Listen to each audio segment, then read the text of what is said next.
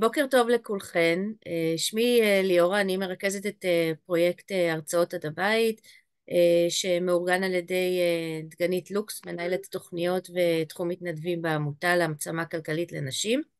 אנחנו פה במפגש נוסף לבעלות עסקים, והפעם אנחנו מארחות את קרול שדה, שהיא יועצת עסקית ומתמחה בנושא שיווק, שיווק לעסקים, ואנחנו נדבר היום על שלושה כלים שמאוד מאוד חשובים היום לשיווק בעידן החדש שבו אנחנו נמצאות, עידן טכנולוגי יותר, דיגיטלי, עידן של רשתות חברתיות. אז קרול, בבקשה. כן, תודה רבה. בוקר טוב לכולם. כן, בעצם ההרצאה היום היא גם נוגעת בנושא של התקופה בה אנחנו נמצאים. אנחנו בתקופה מאוד מאתגרת, כמו שכולנו יודעים. עסקים קטנים, חברות גדולות, ארגונים, כולם באותה סירה. ובעצם מה-7 באוקטובר דברים עוד לא חזרו להיות בשגרה, וגם בספק שהכל יחזור להיות בקדמותו. ואני חושבת ברמה העסקית לכל אחת מאיתנו יש את האחריות להמשיך, לנהל ולקדם את העסק. אנחנו בעצם החוסן הכלכלי של המדינה גם בהיבט הזה, אבל גם באופן אישי כמובן. לכל אחד מאיתנו יש חזון מאוד חזק, החלום הגדול, להגשים את עצמנו, להוציא את הבשורה שלנו לעולם. וכדי שזה יקרה בעצם בתקופה ההיא, אנחנו נאלצנו לעשות הרבה מאוד התאמות. התאמות בשפה השיווקית, במוצרים, באפיקי שיווק וגם בתקציבים. בעצם כל הקסם של השיווק זה לייצר הזדהות ולרגש את הלקוחות שלנו, וכמובן שבזמן כזה אין לנו את אותה השפה, אין לנו את אותם דברים שאפשר בעצם להביא את הלקוח שלנו להתרגש ולהגיב, ולכן אנחנו צריכים לעשות כמה שינויים, ואז אני אדבר על זה יותר בהמשך בחלק השלישי של ההרצאה, שאנחנו נדבר על השיטה. ההרצאה היום עוסקת בשלושה כללים שחובה ליישם. אני חושבת שזה לא עניין של בחירה, אלא שמי שמיישם את זה יכול בהחלט לראות תוצאות. אנחנו נדבר על רלוונטיות, אותנטיות ושיטה, וזאת הבשורה הטובה בעצם, כי ברגע שיש לנו שיטה אנחנו מצליחים לייצר סיסטמה, ואנחנו מצליחים להשיג את המטרות ואת היעדים שלנו. כמובן שצריכים לכתוב אותם, ובואו נראה בעצם איך הכל פה יכול להסתדר גם בתקופה כל כך מאתגרת. אנחנו יכולים להביא את הלידים, אנחנו יכולים לייצר סוג של יציבות בעסק, לפחות בתקופה ההיא, כי השוק כמובן מתחיל להתאושש. אז נעים להכיר, אני קרול שדה, פתחתי את נקסטווי ב-2008, אחרי שמילאתי תפקידים רבים בניהול המרקום, שזה תקשורת שיווקית. כמובן אז היינו עוסקים יותר בניירת והפקת אירועים וכנסים וכדומה, פתאום נפתח האינטרנט. אז מה שמצאתי שם זה באמת מקום שמאוד מאוד אהבתי. אם מדובר בשיווק הדיגיטלי, אז אנחנו מדברים על שילוב של מיתוג תוכן וטכנולוגיה, ואנחנו יותר ויותר נכנסים גם לטכנולוגיה. לא להיבהל מזה, נהפוך הוא, יש את האוטומציות, יש הרבה מאוד דברים. אני גם אדבר איתכם היום על איך לייצר תוכן מאוד מניע לפעולה בעזרת ה-Chat GPT, שזה הדבר האחרון שיצא ככה ובאמת עושה שינוי מאוד מאוד משמעותי. אז בעצם מה שעשיתי במהלך השנים, 15 שנה שאני מייצרת בעצם ודאות ויציבות ללקוחות שלי, אני גם בדרך כתבתי והטמעתי את התהליכי שיווק שלי, פשוט כתבתי שיטה. ולמה שיטה? כי בעצם שיטה היא יכולה לבנות לנו סיסטמה שבלעדיה מאוד קשה לנו להשיג תוצאות לאורך זמן. אנחנו חייבים לייצר שיטה בעצם בעסק שלנו לשיווק, כדי להביא יציבות בעסק וכדי שנוכל גם לגדול. אז אני רק מציגה ככה בקצרה בין לקוחותיי, מזה 15 שנה. ובעצם אנחנו כבר נתחיל עם הנושא הראשון של אחד הכללים המאוד מאוד חשובים לאמץ, וזה נושא הרלוונטיות. אוקיי? כי בעצם אנחנו נמצאים ברשת, אנחנו מפרסמים את הפוסטים שלנו, את התמונות, אבל מי רואה אותנו? אוקיי? אז הרלוונטיות זה דבר שהוא מאוד מאוד חשוב. אנחנו נדבר כרגע איך זה עובד בעצם מאחורי הקלעים, ואנחנו כמובן מדברים על האלגוריתמים. אז דמיינו שבניתם בעצם סיסטמה לעסק שלכם, שביום יום כמות לידים יפה מגיעה אליכם, לידים איכותיים כמובן, הרבה באורגני, קצת בממומן, עם תכנים שמקבלים הרבה מאוד התייחסות. זה באמת החלום של כולם, על מאות לייקים ושיתופים ובוטים שעובדים בשבילנו גם כשאנחנו ישנים. כל זה לא חלום, זה באמת משהו שאפשרי לעשות. היום יש לנו גם יותר אוטומציות, בוטים, צ'אט GPT כמו שאמרתי. אז בואו נראה איך אפשר באמת לייצר סיסטמה כאשר אנחנו מבינים גם מהי רלוונטיות ואיך זה עובד. אז ככה אם מישהו רוצה לענות, אני מאוד אשמח ככה לאינטראקציה. אנחנו בזום, אבל בכל זאת אנחנו יכולים ככה ללמוד ולהשתתף עוד יותר. אז אני רוצה לשאול אתכם ככה בקהל, מי רוצה לענות על השאלה מי אחראי בעצם על הטראפיק שלנו ברשת, לדעתכם?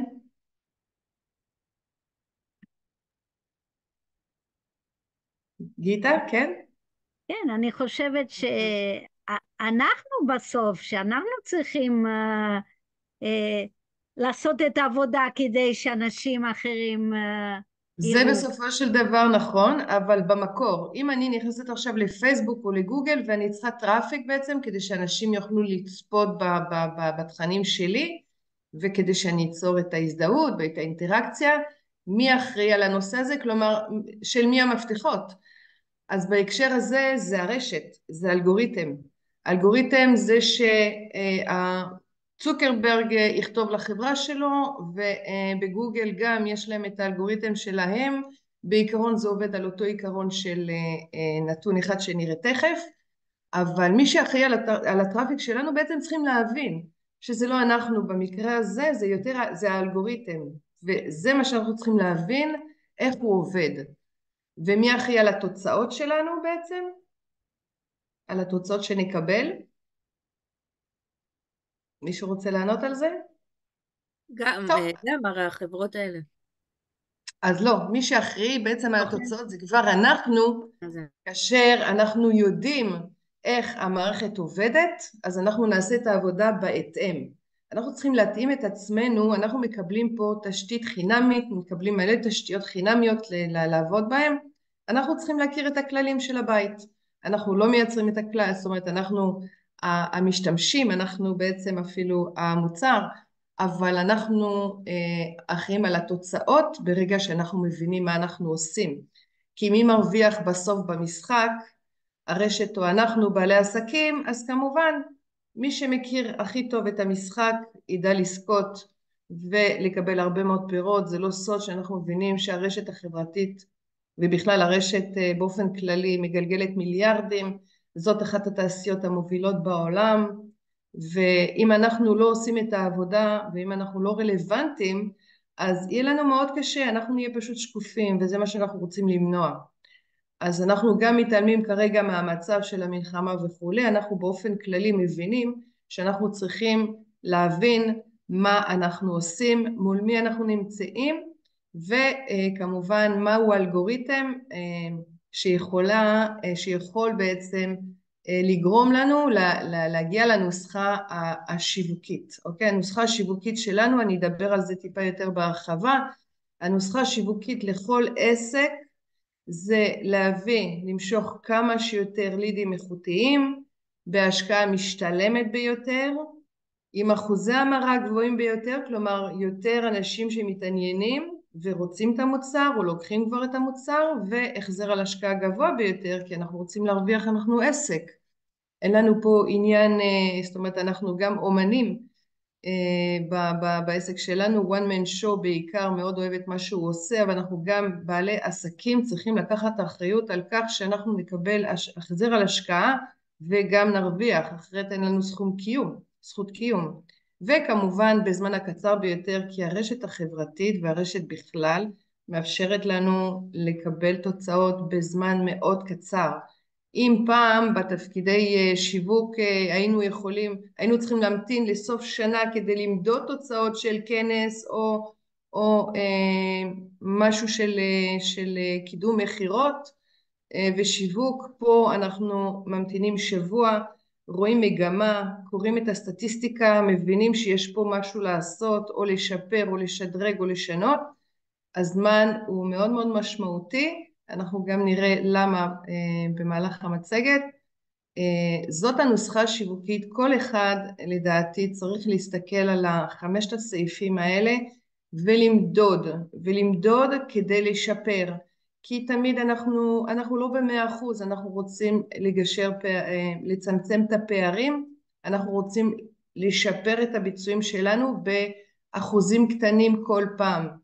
אם אנחנו נסתכל על פסגת ההר, יהיה לנו מאוד קשה לטפס. אנחנו רוצים לעשות את זה בתהליכים, ואם השבוע קיבלתי 10 לידים איכותיים, וזה עלה לי קצת יותר מדי ממה שאני יכולה לשאת בעלות של קידום מחירות, אז אני צריכה לבדוק את עצמי, אני צריכה לבחון מה עליי לעשות, מה עליי לקדם, כדי להגיע להשקעה משתלמת במוצר שאני מקדמת למטרת מחירה בהמשך. זאת הנוסחה שאני מאוד ממליצה לכם לכתוב ולעקוב אחריה. קרול, אפשר שאלה? בהחלט. אני לא יודעת מה זה לידים. אוקיי, אז כן, אז על המושגים, בבקשה תשאלו אם משהו לא ברור לכם. ליד זה בעצם לקוח פוטנציאלי. אוקיי. לקוח פוטנציאלי שמגיע אלייך. אנחנו נסתכל גם על מסע הליד בהמשך. אז מה בעצם היום המשאב היקר ביותר לעסקים? או בכלל, בחיים? אנחנו מדברים על הזמן.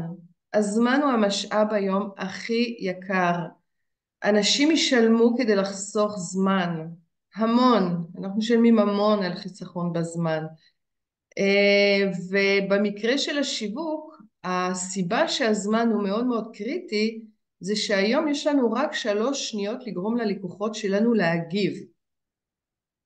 לפני 15 שנה, כשנכנסתי לתפקיד ופתחתי את העסק, אנחנו דיברנו על 15 שניות, 10 שניות לרושם ראשוני, 7 שניות לתגובה ברשת. היום אנחנו על 3 שניות, במיוחד מאז שרוב הלקוחות שלנו נמצאים בניידים, הגלילה מאוד מהירה. 3 שניות זה בדיוק הנתון שאנחנו קוראים גם בסרטונים שלנו, תשימו לב, בין 0 ל3 שניות בעצם, זה אומר אף אחד לא ראה. 3 שניות זה כלום כדי למשוך את הלקוח אלינו, אנחנו צריכים להיות מאוד מאוד מדויקים, כי יש לנו בעצם מכאן 4 תרחישים אפשריים בזמן החשיפה. אז ולמה זה קורה בעצם? יש יותר ויותר תכנים, הלקוחות שלנו פחות ופחות סבלניים, הם יותר ביקורתיים, יותר מפונקים ופחות בהקשבה. הסחות דעת חוגגות, ולכן אנחנו חייבים ב3 שניות האלה, יש לנו 3 שניות, למשוך את התשומת לב שלהם ולהביא אותם בעצם להזדהות עם המסר שלנו. אז מה קורה?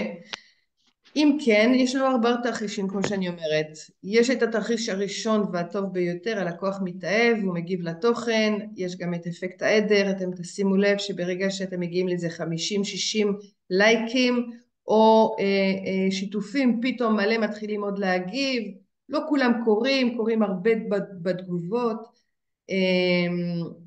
ואפקט העדר הוא נהדר כי הוא ממש מגדיל את כמות הלייקים והשיתופים.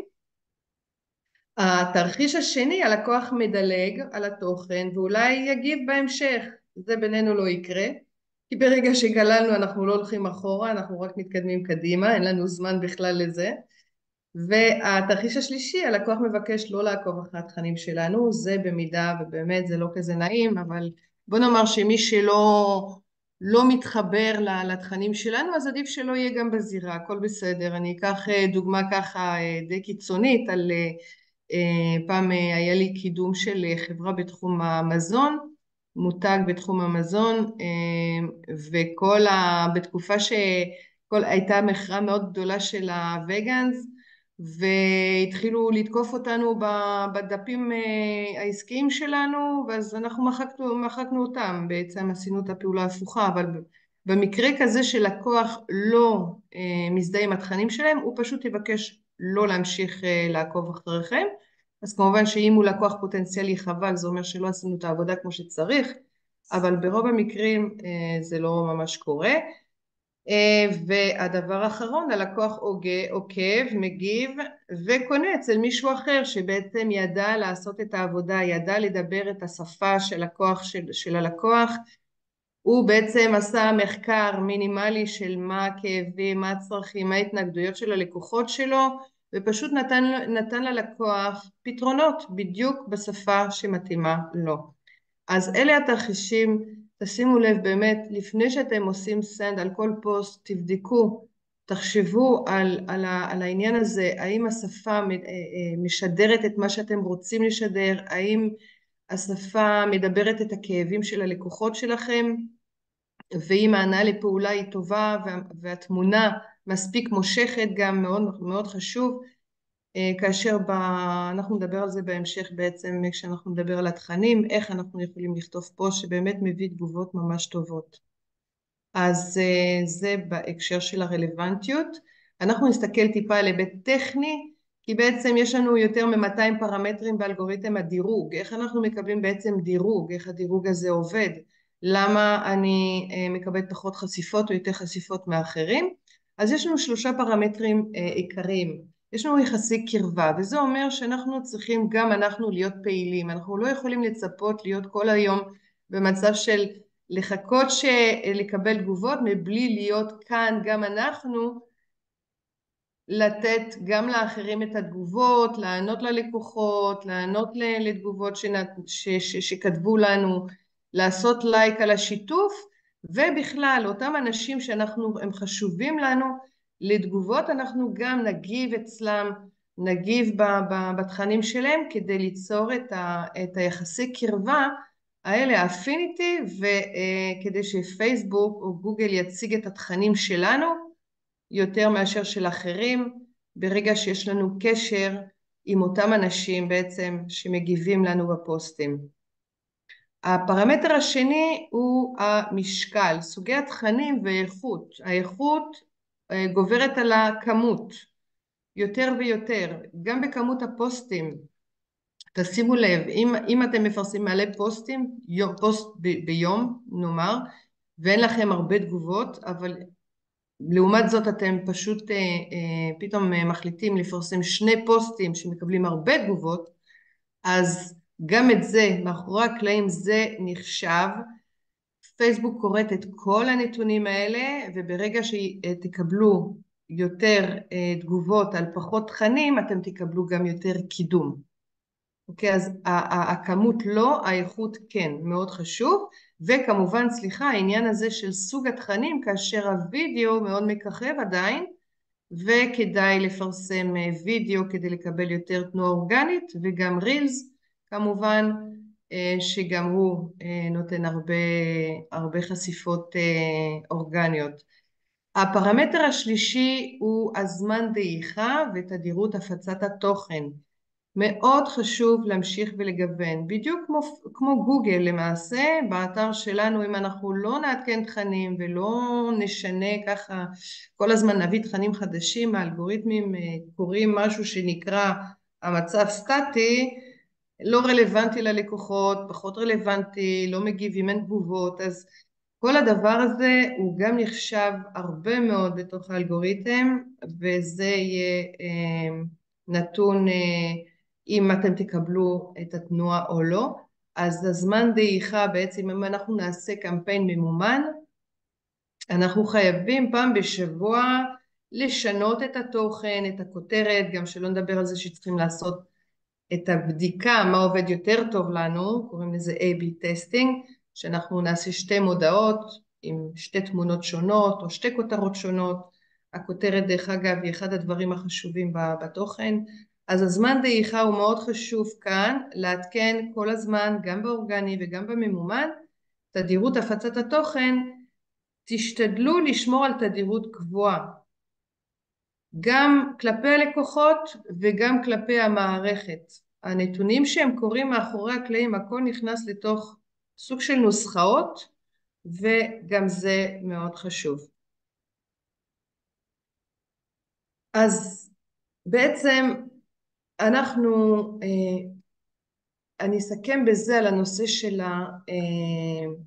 הרלוונטיות, שאם אנחנו נעשה את העבודה בצורה נכונה כלפי המערכת, אז המערכת תחזיר לנו את מה שאנחנו צריכים, תנועה איכותית וגדולה יותר. אז עכשיו אנחנו נדבר על נושא שני שהוא אותנטיות. אותנטיות בעיניי זה באמת כל הבידול, ובידול כמובן אנחנו חייבים לייצר בידול בעסק שלנו. הבידול הזה הוא בעצם מושך יותר תשומת לב, הוא מייצר יותר הזדהות, וההזדהות הזאת היא מאוד מאוד חשובה. על כך אני גם נותנת את הציטוט של מאיה אנג'לו, שהיא אומרת שאנשים ישכחו מה אמרתם, ישכחו מה עשיתם, אבל לעולם לא ישכחו כיצד גרמתם להם להרגיש. כלומר, קמפיין שיווקי שלכם צריכים לקחת בחשבון שאתם חייבים לרגש את הלקוחות. עכשיו, אני לא מדברת על רגש של וואו, כל הזמן איזה רגש חיובי, משהו של חלום וזה וזה, לא. הרגש הוא גם מדבר את השפה של היום, הרגש זה גם להיות נוכח ברגע ולא להיות מנותק מהמציאות. אז זה משהו שהוא מאוד מאוד מאוד חשוב בהיבט הזה של להיות אותנטי. ואני אשמח שתפתחו ככה שנייה את המיקרופון. כמה מתחרים יש לכם בעצם? אתם יודעים כמה מתחרים יש? אני אשמח. בוקר טוב טל, מה שלומך? בוקר טוב. יש לי הרבה, האמת. מה העסק שלך? באיזה עסק את? אני מעצבת פנים. אוקיי. אז יש לך, כן, את בנישה עם הרבה מאוד תחרות, את אומרת? כן. אוקיי. גיטה, את רוצה להגיב? אני לא רואה פה את השמות של כולם, אז בבקשה אתם מוזמנים. איריס גם. אני רק עכשיו מתחילה בתחום חדש, סיימתי קורס של אימון בתרפיה באומנות. אוקיי. אז בגלל זה אני רוצה לדעת איך להתחיל הכי טוב עם כל אוקיי, ואת יכולה להעריך כמה מתחרים יש לך בנישה שלך? לא, אין לי מושג, אבל זה שיטה, זה לא כמו פסיכולוגיה, כי זה יותר אימון, זה גם יותר קצר. אוקיי, אז בוא נאמר שיש 17 פה איזה מפגשים, ובדרך כלל האימונים הם מאוד מאוד ארוכים. אוקיי. אז אני חושבת שאולי התחרות פחות. אוקיי. איריס, את רוצה להגיב? כן, יש תחרות, אני לא יודעת אם מאוד מאוד גדולה, כי מה שאני עושה הוא קצת יותר ייחודי, אבל במה את יש עוסקת? תחרות. מה העסק שלך? סדנאות תנועה בהתפתחות, כאילו אני מתעסקת עם כל מה שקשור בתודעת תנועה והתפתחות. אוקיי. טוב, אז תראו, אני יכולה לומר לכם דבר מאוד פשוט. אנחנו באותנטיות מלאה, אין לנו אף מתחרה. המתחרים שלנו, אנחנו צריכים להתייחס אליהם כי יש דבר כזה באמת מתחרים, זאת אומרת שיש אנשים שהם באותו ענף, באותה נישה, הם צריכים להיות כאן כדי לתת לנו השראה. אנחנו לא מתחרים בהם אחד על אחד, אנחנו שונים מהם תמיד, והאותנטיות הזאת היא מאפשרת לנו בעצם לא להיות מוטרדים מהמתחרים. אז קודם כל אני רוצה לדבר איתכם על כמה דברים, מודל חדשני לקונספט שיווקי אותנטי, היום התשתיות באמת נותנות לנו את המקום להפוך ממשווק למומחה לאוטוריטה ולמשפיען. יש לזה משמעות מאוד גדולה, לא כל אחד מתאים לו המודל הזה, לא כל אחד מתאים לו להיות משפיען לצורך העניין, אבל אוטוריטה כן. אני חושבת שפה אנחנו לא רק משווקים, הכובע שלנו של המשווק של העסק הוא צריך להיות במימד יותר גבוה כדי למשוך תשומת לב. כלומר אנחנו רוצים להראות שאנחנו יותר מקצועיים מאחרים, יש לנו ידע עצום, אנחנו מומחים בתחומנו, והאוטוריטה שלנו זה משהו שהוא מאוד חשוב גם לבידול וגם למיתוג שלנו. מי שיכול לקחת את המצלמה ולעלות ככה בלייב, אז הוא זכה בעוד ממד של חדשנות בעצם, לקחת את החדשנות לידיים, ולהיות עם מיתוג הרבה יותר גבוה, להפוך להיות משפיען היום זה מאוד מאוד משתלם. כמובן שזה אופי טיפה שונה, אבל אם אני משפיענית בעסק שלי, זאת אומרת יש לי קהל קהילה מאחוריי, וזה אוצר. זה פשוט אוצר בשיווק, שיש לנו הרבה מאוד לקוחות שעוקבים אחרינו, וזה יכול להיות בכל תחום ותחום, אם זה בפסיכולוגיה, בטיפול, בכל המקצועות. אני חושבת שיש פה אפשרות באמת היום לעלות עוד מדרגה ולהפוך למשפיענים יותר מאשר אפילו לאוטוריטה בתחום שלנו. הדבר השני שהוא מאוד מאוד משמעותי, והוא גם די חדשני בהקשר הזה, זה בתוכן. אנחנו צריכים היום לספר את הסיפור, נרטיב. אנחנו כבר לא בעידן של האודות, של הטקסט היבש, של הנתונים היבשים, אנחנו בסיפור. הלקוחות שלנו רוצים לשמוע את הסיפור שלנו, הם רוצים להתרגש מהסיפור שלנו, אנחנו רואים את זה גם בכל התוכניות ריאליטי למשל, מה שיצא לפני כבר כמעט 10 שנים אם אני לא טועה. אז זה גם מביא מימד נוסף של אותנטיות, כאשר אין לאף אחד את הסיפור שלי, וכל אחת יש לה את הסיפור שלה, וברגע שהיא מעלה את הסיפור האישי בסטורי טיילינג, אז יחסי קרבה גם קוראים שם, אנשים יותר מזדהים, והם ירצו לעשות איתנו עסקים. מה שהיה מנותק פעם עם ההודות והנתונים היבשים, אנחנו יוצרים קרבה פה מאוד מאוד חזקה עם הלקוחות שלנו, כאשר אנחנו חושפים בעצם את הסיפור שלנו, ככל שיהיה מרגש כמובן. ובידול שאין לאחרים. הבידול הזה הוא בפרסונה, כשאנחנו עסק one man show כמובן שזה הרבה יותר בולט. ויקטוריה את יחידה, אין עוד אחת כמוך, וגם חגית וגם אני וגם כל אחד בעלת עסק. הפרסונה זה משהו שאנחנו צריכים להעצים, אנחנו צריכים להבליט פה מה היכולות שלנו, האופי שלנו, שהוא גם מאוד מחזק את היחסים שלי עם הלקוחות. ברמת השירות יכולים גם ליצור בידול מאוד מאוד משמעותי.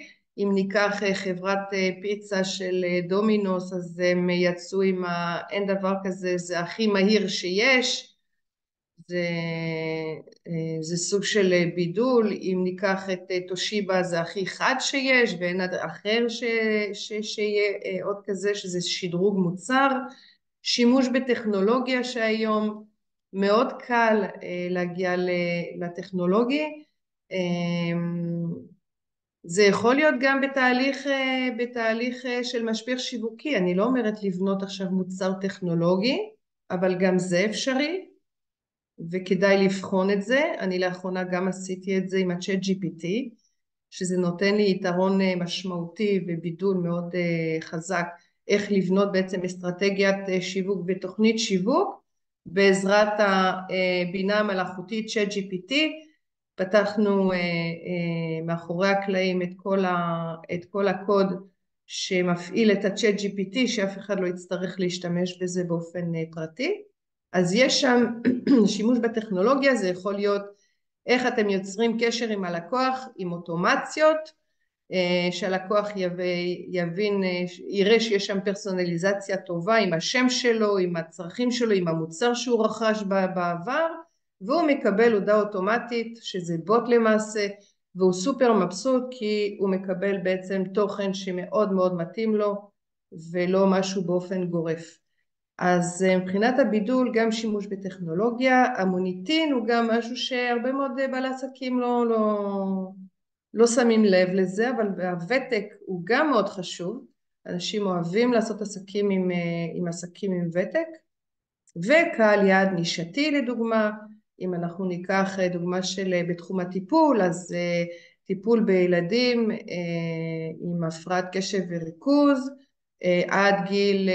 עד כיתה א', או בין בני 5 ו-6, שזה גם יכול להיות בידול מאוד רציני. אז תבדקו בעסק שלכם מה יכול להיות הבידול. יש לי שאלה. כן. ציינת מקודם שאת נעזרת בצ'אט GPT, רק אם את סוגרת את התכנים, כאילו למה התכוונת? עוד פעם? את ציינת מקודם שאת עם הצ'אט GPT, איך קוראים לזה? כן, הצ'אט GPT. ושמאחורי הקלעים את סוגרת את התכנים שאף אחד לא יכול להשתמש בזה, למה התכוונת? לא, מה שהתכוונתי לומר זה שמאחורי הקלעים בנינו את כל ההתממשקות עם הצ'אט GPT, כך שכל אחד שרוצה להשתמש בכלי הוא לא צריך לא להבין במערכת, לא להיות טכנולוגי, וגם לא לרכוש מנוי לצ'אט GPT, כי הכל קורה באתר. לזה רק התכוונתי. את תוכלי להסביר על הצ'אט? אני לא יודעת איכשהו, אני לא מסתדרת עם זה. אנחנו נדבר על הצ'אט GPT בהמשך, כשאני אגע בנושא של השיטה, בסדר? אני מעדיפה שנתקדם פה בתוכן, כי יש פה כמה דברים מאוד חשובים. שזה, אז יש לנו פה גם משהו ברמת האותנטיות שהלקוחות שלנו מאוד מאוד מעריכים. אוקיי? ואז פה אנחנו נדבר על הנושא הזה שהלקוחות רוצים לדעת ממי הם קונים.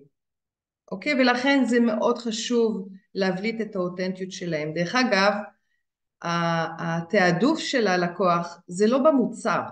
התעדוף של הלקוח זה ממי לקנות. כלומר, מכיוון שיש הרבה מאוד מוצרים דומים ושירותים דומים, שזה מאוד לגיטימי, אז מה שהלקוח שלנו רוצה לדעת זה ממי הוא קונה, ולכן המוניטין פה הוא מאוד חשוב. וגם תשימו לב, יש פה מחקר שאני ממש היה לי מעניין לקרוא אותו, שאומר שיותר מ-80% מהאנשים מעדיפים לקנות ממותגים שפועלם תואמות את הערכים שלהם. היום אנחנו מדברים המון בשפת הערכים, אנחנו נראה את זה גם כשניגע בנושא של השיטה, איך אנחנו מושכים יותר תשומת לב היום, בעיקר בצל המלחמה, ואיך בעצם כבר כמה שנים, לפני כמה שנים הארגונים הגדולים, החברות הגדולות כבר עסקו בזה. אנחנו דיברנו שפת ערכים, כי זה מה שאנשים אוהבים בעצם, הם אוהבים את החיבור הזה, אנחנו כבר לא מדברים את המוצר כמו שאנחנו מדברים את מעבר אפילו לתועלות, אנחנו מדברים ערכים, אנחנו מבליטים את היתרונות של המוצרים שלנו, אבל לא בהיבט הטכני, אלא מה יוצא לך מזה, מה יוצא ללקוח מזה שהוא ישתמש במוצר שלי, ופחות נתונים טכניים על המוצר עצמו, או לתאר שיטה. הרבה פעמים אני ראיתי עסקים בתחום הטיפול, שהם פשוט מתחילים להסביר איך הצ'קרות עובדות, ואיך הלחיצה של העיסוי עובד על המרידיאנים. בינינו זה לא מעניין את הלקוח שלנו, הלקוח שלנו מה שמעניין אותו זה שהוא יצא מהחדר טיפולים עם הרבה מאוד כוחות ומאוזן ועם גוף ככה שמרגיש טוב, ולא בא ללמוד מקצוע ולא בא לקרוא ככה איך המרידיאנים עובדים לנו בגוף. אז כל הנושא הזה של השפה, השתמשו בערכים, זה מאוד מאוד עוזר ביחסי קרבה עם הלקוחות ובהזדהות שלהם כלפינו, כי הלקוחות רוצים לקבל את הערך מוסף המקסימלי. הרי מה הלקוח שלנו רוצה? הוא רק יוצא יותר, הוא רוצה יותר כי יש לו כבר הכל, בעצם אנחנו בעידן של שפע, רוב הלקוחות שלנו יש להם הכל, גם בשיחות מחירה יש לי כבר, זה עולה הרבה פעמים, ולכן אנחנו רוצים לתת את הבידול שלנו, להבליט את מה שיש לנו לתת, וזה בצורה מקסימלית, כי אחרת אנחנו נהיה שקופים וכמו כולם. אנחנו מבינים שהלקוחות שלנו ישלמו את המחיר כדי לקבל את מה שהם צריכים, זה מענה לצורך, אנשים משלמים הרבה מאוד כספים כדי לקבל את מה שהם רוצים. לומר שאין רכישות זה לא נכון, לומר שהכל הושבת זה לא נכון, נכון שסדרי העדיפויות של הלקוחות שלנו השתנו, ולכן אנחנו צריכים גם לבדוק מהצד שלנו איך אנחנו נתאים את עצמנו למצב החדש. בשביל זה באמת, כדי להבין איך אנחנו בעצם נחזור לשווק בצל המלחמה ונבין את הצרכים החדשים של לקוחות שלנו, אנחנו צריכים להיות בהקשבה. שיווק זה הקשבה. אם אנחנו בלי הקשבה אין לנו שיווק, אין לנו שום דבר. הקשבה היא אפילו רב-ממדית כמו שאני אומרת, כי א' אנחנו צריכים להבין מה הטרנדים בענף שלנו. פה אנחנו מדברים יותר על לחקור את העסק שלנו, שזה סופר חשוב. מי שייכנס לגוגל יקבל את כל המידע שהוא רוצה על כל דבר, והיום בכלל עם ChatGPT שנדבר עליו עוד מעט, אתם תראו שאפשר גם להשיג מידע בצורה באמת ללא הגבלה. חשוב מאוד להיות מעודכנים במה שקורה בנישה שלנו ומה הטרנדים שמתחוללים שם, להבין מה הכאבים של הלקוחות, זמן, אמינות, ידע, יחס אישי, סמל סטטוס, תשומת לב, מה הם מחפשים הכי הרבה ומה היום אנשים מחפשים. היום סדרי עדיפויות באמת השתנו, הלקוחות עושים באמת מאמץ ככה לבחור בין האופציות.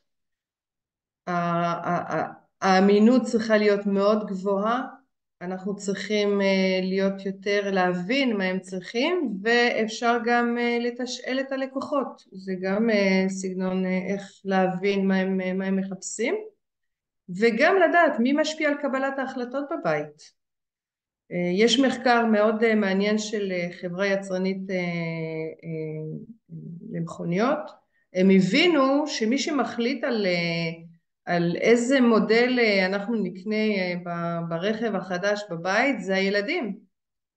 הרבה מאוד אנשים החליפו את הרכבים שלהם ביום שנכנס הפלאפון לרכב, ה-USB, אחר כך המסך של הטלוויזיה וכל הציוד הזה של התקשורתי, אז הם מצאו שהילדים בבית הם אלה שקובעים בעצם מה יהיה המודל, ולכן הם עשו קמפיין שמדבר יותר את השפה של הילדים, שמתייחסת יותר לצרכים של הילדים, והכיף המשפחתי הזה שכולם ביחד וילדים שמחים, כולם שמחים, זה מה שהם עשו.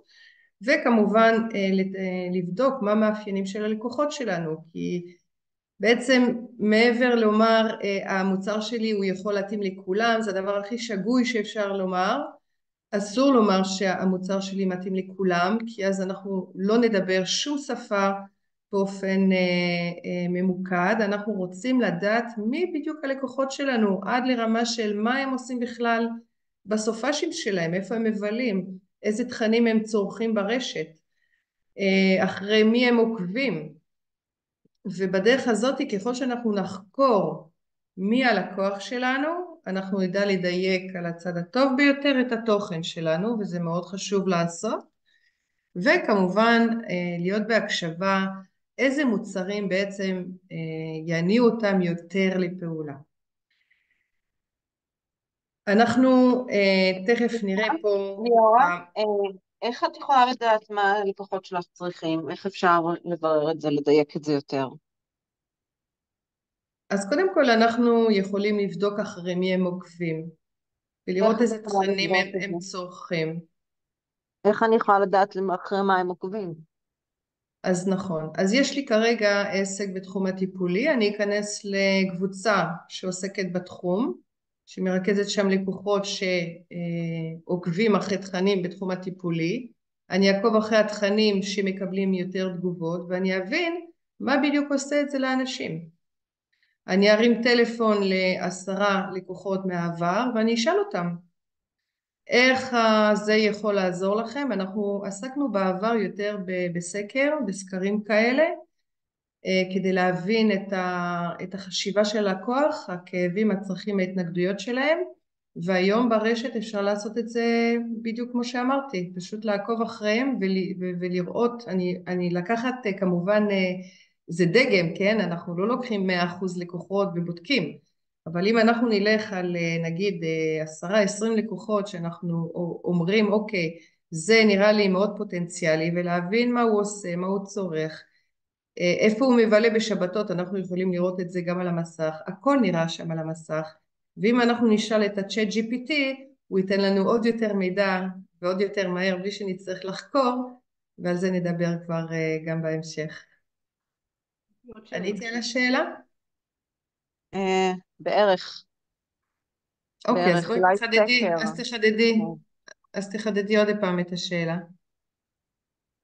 אני מוצאת שאני לא ממש יודעת לדייק מי הלקוחות שלי, ולכן יכול להיות שגם הפוסטים שלי והשיווק הוא לא מדויק עכשיו כשאני שומעת אותך, כי אוקיי, את אז אני יודעת חקרת שלקוחות שלי, מה אני הכאבים? יודעת, עשיתי פעם איזה סקר עם 12 נשים, הם כתבו לי באריכות, זה היה מזמן, אני לא חושבת שזה השתנה, אבל אז אני יודעת שהן צריכות תנועה, אני יודעת שהן רוצות לעבור איזה תהליך התפתחותי, הן רוצות לזוז עם הגוף, הן רוצות למה הן ללמוד. רוצות? מה הכאבים שלהם? למה הן צריכות את הן זה? מרגישות שהן לא נשיות מספיק, הן מרגישות שהן לא זזות מספיק טוב, הן מרגישות שהן לא מחוברות לגוף שלהן, יש להן איזה צורך אוקיי, להתחבר איזה לגוף. שפה? האם הם אנשים שיש להם שפה הוליסטית, שפה רוחנית? כן, חלק אוקיי. מהן כן, אבל זה יכול להיות גם לא. את מבינה? גם לא, תקשיבי, בדיוק. אז מגיעות לכן אני... לסדנאות שלי נשים שהן ממש ממש לא, ויש להן כנראה איזה קריאה לזה, ומגיעות נשים שהן כבר ממש בפנים עמוק, וזה מאוד מאוד, כאילו, אם אני מעבירה סדנה, אני מגלה שזה מאוד הטרוגני, יש שם כל מיני כן, בהחלט, נשים. אז תראי, אין השאלה לך אם את 100%. מכוונת את עצמך לנישה מסוימת של נשים, או פשוט פותחת את זה למי שאת, ומי שמתאים לו פשוט מתחבר. זאת השאלה. את צריכה פשוט לדבר את השפה של כל המגוון הזה שנמצא אצלך. את מכירה כבר את הגוונים של הלקוחות שלך, את צריכה לקחת את כל אחד בנפרד ולדבר את השפה שלו כדי למשוך כל אחד בנפרד בעצם. אוקיי? לא כולם מצטרפים לאותם פוסטים, לא כולם מגיבים לאותם פוסטים, אבל את יודעת שאם תדברי את השפה היותר רוחנית, אז את תמשכי תשומת לב מלקוחות שיש להם את העניין הזה של הרוחניות, ואם לא, אז גם אותו דבר, את תשתמשי בשפה של הלקוח שהוא יותר פרגמטי. דרך אגב, יש לנו גם 4 סגנונות תקשורת שצריכים לשים לב אליהם. הייתי יש רוצה אנשים גם לשאול שאלה, אפשר בבקשה? כן, עוד רגע, אני רק אסיים. יש את הלקוחות שבעצם הם אוהבים את הנתונים, את ההוכחות, גם את זה צריך לקחת בחשבון ולבנות פוסטים שהם כאלה. כשיש לנו גן תכנים, אנחנו מפרקים את כל המאפיינים האלה, אנחנו מפרקים את כל סוגי הלקוחות שלנו, ואנחנו מתחילים לדבר בשפה שלהם. אז כמובן שאין שפה אחידה, אוקיי? כן. אני חושבת שרק שפת תינוקות היא אחידה בעולם. אבל אז אנחנו צריכים פשוט לגוון, אבל בהקשר לזה שאנחנו מבינים מה השפה של אותו קהל יעד. יש לנו תמיד מספר קהלי יעד בכל עסק. אין דבר כזה קהל יעד אחד. רוצה לשאול עוד אוקיי. שאלה בבקשה. כן? עם מי אני עכשיו? אני פשוט לא רואה.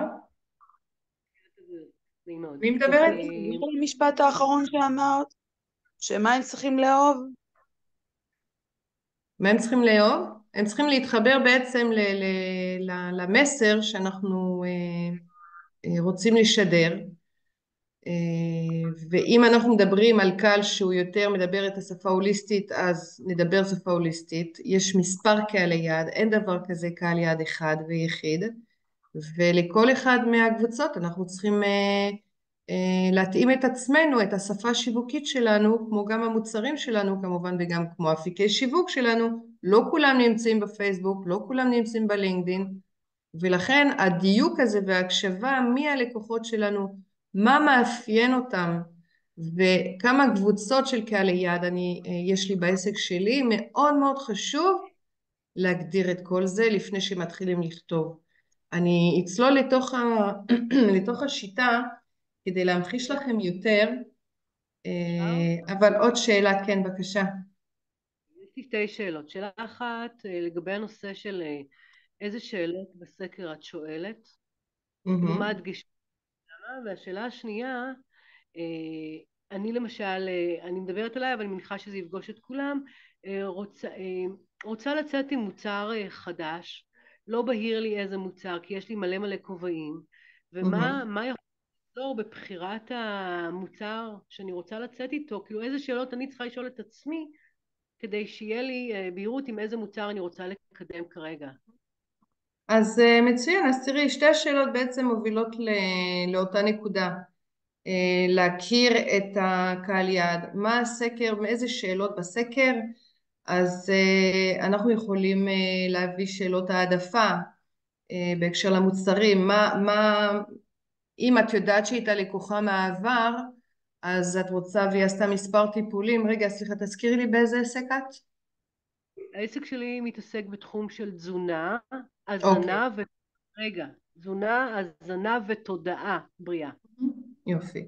אז נאמר ונתת מסלול ככה ליווי בסיסי וליווי מתקדם, ואת יודעת שהלקוחה שלך פוטנציאלית גם להמשיך לליווי פרימיום, לצורך העניין, אני טיפה מדמיינת את הסיטואציה, כן?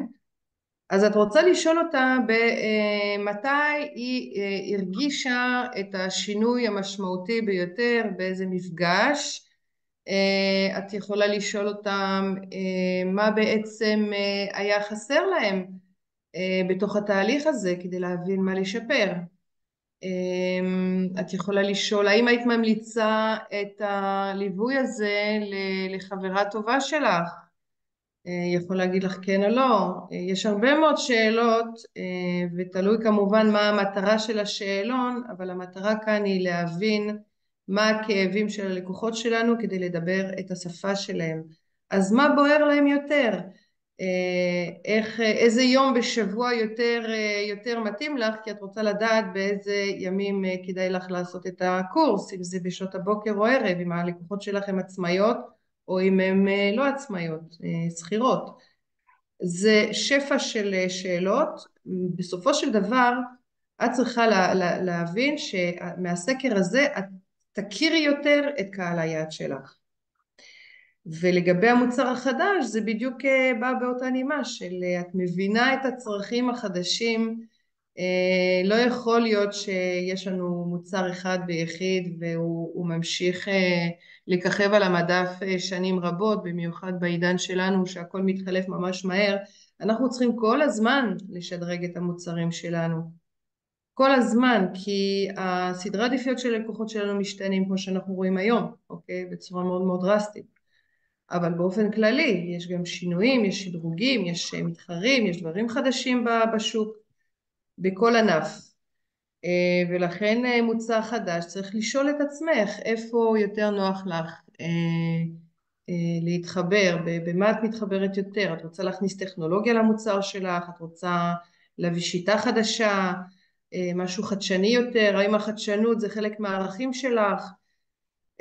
כי גם שם אם אני אדבר על הערכים שלי, שהערכים שלי זה חדשנות, בראש ובראשונה השם של העסק שלי זה Next Web, כי אני כל הזמן בהתחדשויות ובשיווק יש על מה, אז אני שם. זאת אומרת, אין דבר כזה שנכנס לבינה המלאכותית ו-Next Web לא נמצאת בבינה המלאכותית, זה חלק מהערכים שלי, לכן הוא חלק מהמוצר החדש שלי.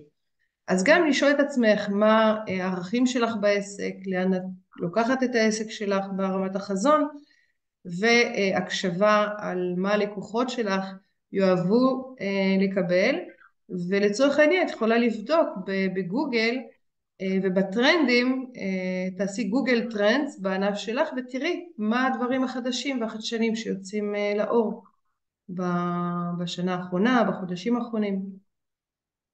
תקבלי שם השראה. האם עניתי לשאלה? כן, תודה.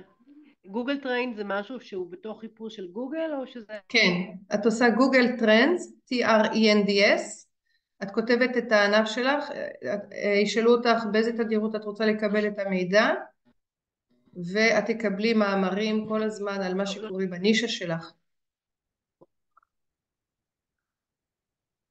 אוקיי? סליחה. אני אומרת, אז גוגל טרנד זה... לא שמעתי את מה שאמרת המשפט. כן, את מחפשת בגוגל טרנדס, T-R-E-N-D-S, שם את רושמת בעצם מה תחום העניין שאת רוצה. אני מקוטעת. את יכולה לכתוב את זה בזה? בצ'אט, כן. בצ'אט? כן. אצלי אין קיטויים, קרול. אני ליאורה, אין קיטויים. אוקיי, גוגל טרנדס. או בצ'אט GPT כמובן, אנחנו תכף נדבר על הצ'אט GPT. צ'אט GPT בכלל נותן לנו תשובות, והיום אני קיבלתי עדכון מאחד שמוביל קהילה בתחום של הבינה המלאכותית, שהיום בכלל יש כבר התפתחות משמעותית שתדאג לדייק עוד יותר את מה שאנחנו רוצים לדעת ולקבל עליו מידע. אז בוא נגיע לכלל השלישי, שבאמת חובה ליישם.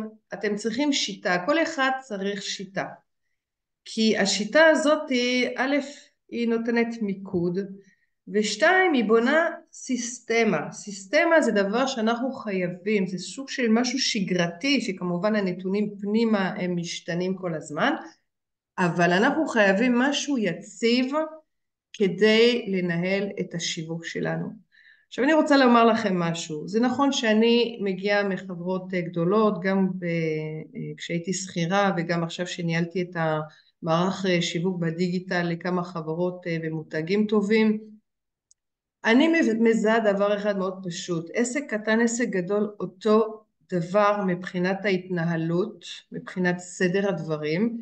תקציבים כמובן ומשאבים זה שונה. כמובן, אנחנו עסקים קטנים, אנחנו one man show, 3 כובעים, אנחנו גם האומן, גם היזם, גם המתפעל, עלינו לעשות את הכל, לשווק וכו'.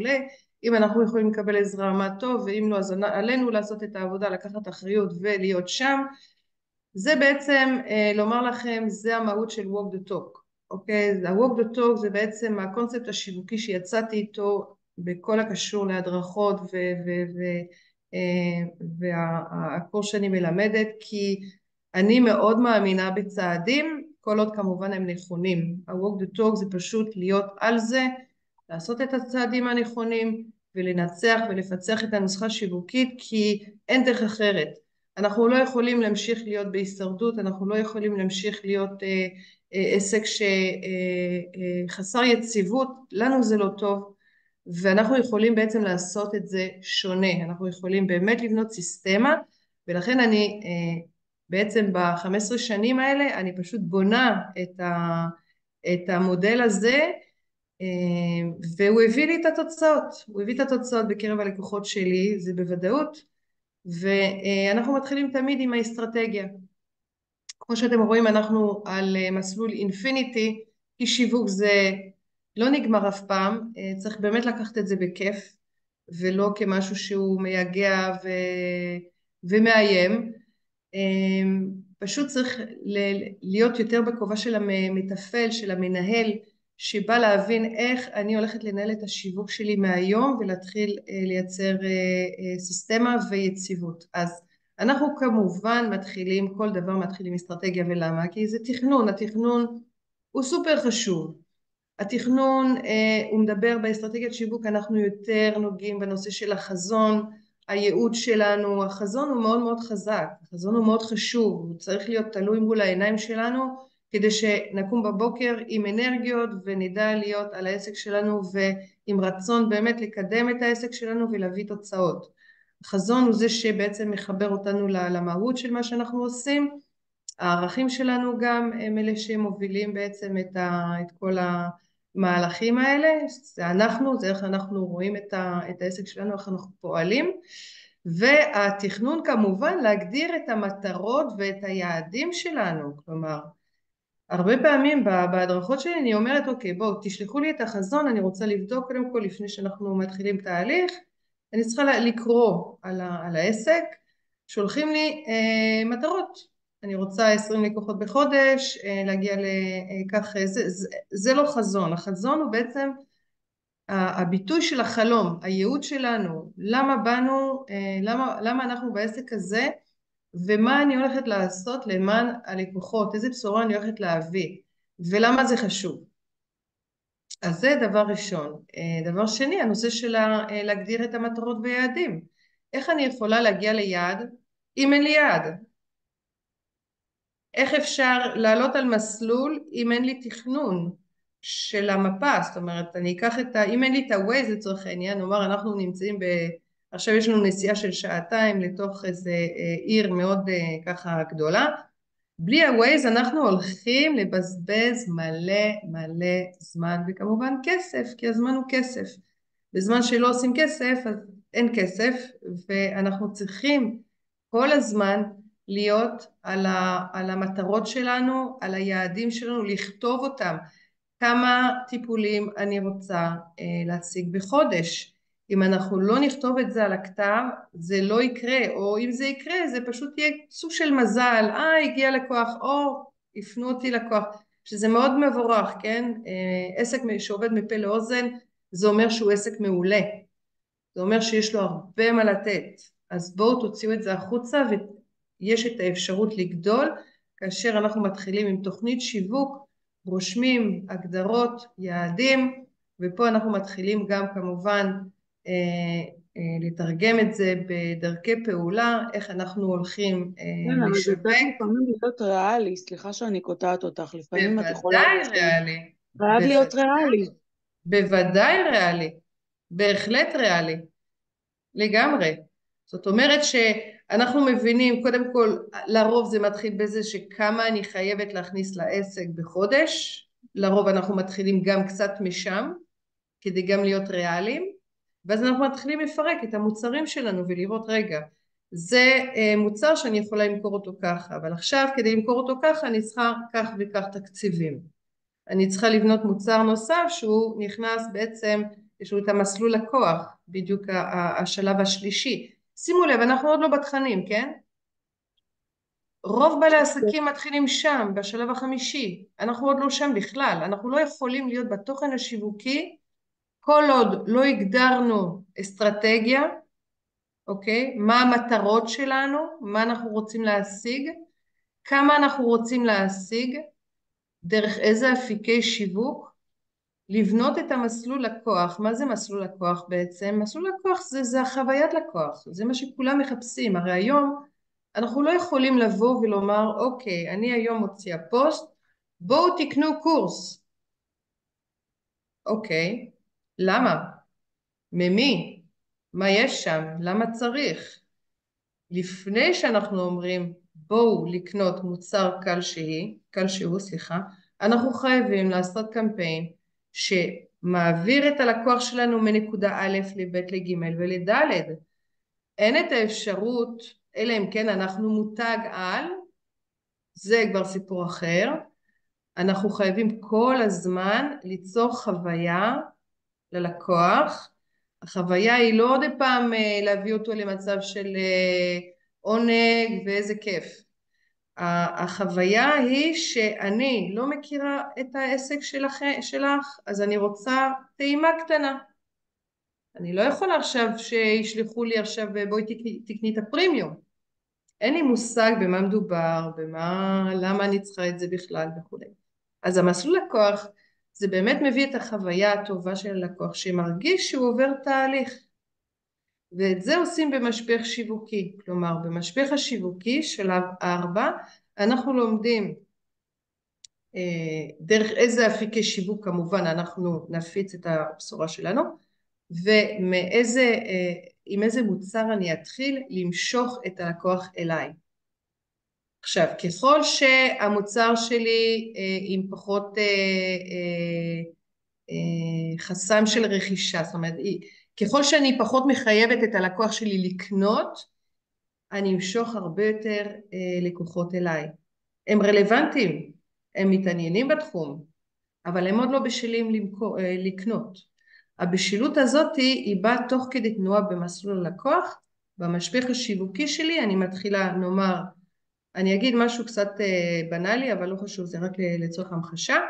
אנחנו רוצים להפיץ מסמך PDF להרבה מאוד לקוחות, איך לקום כל בוקר אחרי שינה עמוקה, משהו באמת מיוחד, איזשהו מחקר שיצא ואנחנו הצלחנו לתרגם את זה קצת ולעשות מזה משהו שהוא באמת מידע מקצועי ולא סתם. אני דיברתי על בנאלי בקטע של הנושא, אני לא חקרתי כרגע מה לקחת כדוגמה, אבל יש פה משהו שהלקוח יבין שיש לכם פה משהו מאוד מאוד חשוב להציע, והוא חינמי.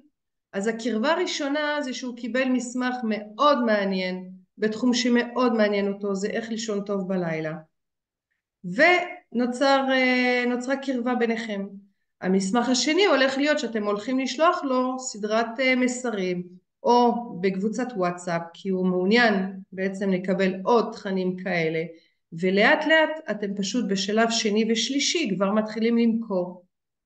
הרי יצרתם מסמך אחד ושיגרתם אותו לאלפי אנשים.